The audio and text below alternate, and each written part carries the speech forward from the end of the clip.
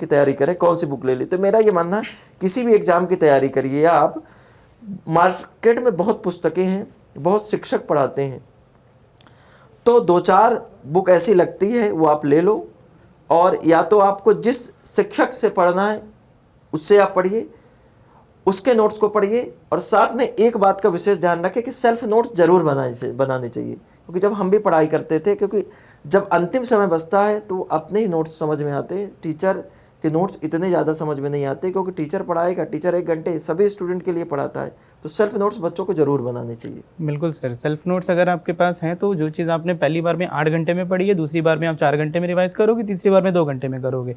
तो अपने नोट्स बनाने चाहिए। टीचर ने टॉपिक को समझा है, फिर आपको समझाया हुआ है, आपने जो समझा है आप उसके नोट्स बनाओ, वो चीज़ें फिर एग्ज़ाम में काम आती हैं। तो मैं तो यही कहूँगा कि अपने नोट्स बिल्कुल होने चाहिए, और अगर अपने नोट्स नहीं है तो फिर लास्ट में वही होगा, आप सोचोगे सब पढ़ा हुआ भूला हुआ सा लग रहा है, कुछ याद ही नहीं आ रहा है, कुछ समझ में नहीं आ रहा है, ये सारी समस्याएं देखने को मिलती हैं।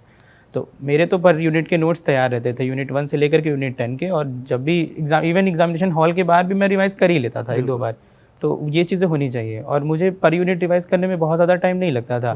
सारी चीज़ें लिख रखी हैं, कैरेक्टर्स लिख रखे हैं, प्लेसेस के नाम लिख रखे हैं, हर चीज़ें कर रखी हैं।